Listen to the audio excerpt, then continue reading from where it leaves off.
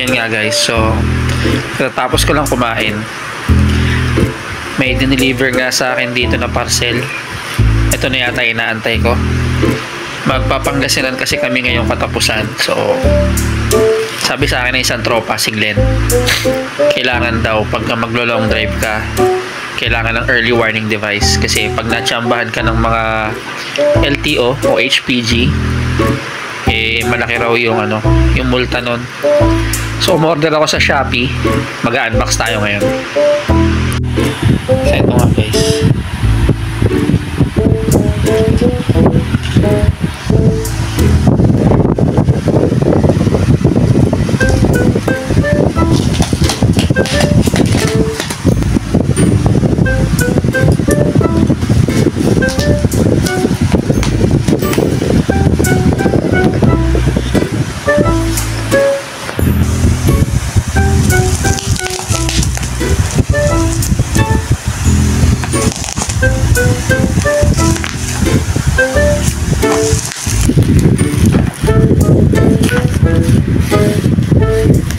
Ayan guys, ito na nga siya.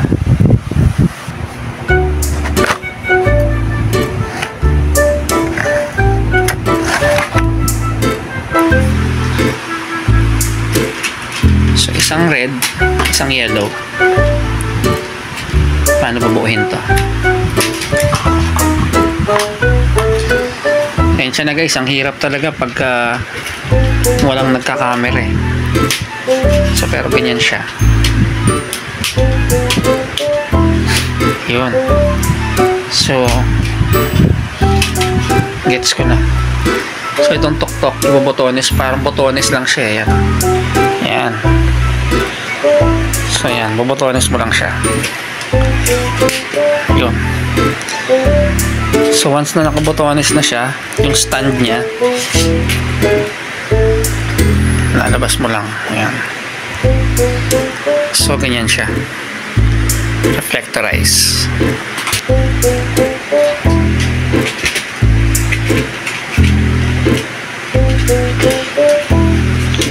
Katulong pa na yung pa ako.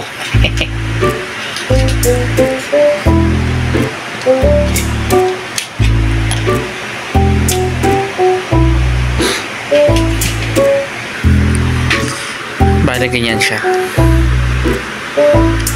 Ayan, sabi kasi ng tropa nating si Glenn, malaki daw ang multa pagka natsambahan ka ng HPG sa highway na wala kang ganyan.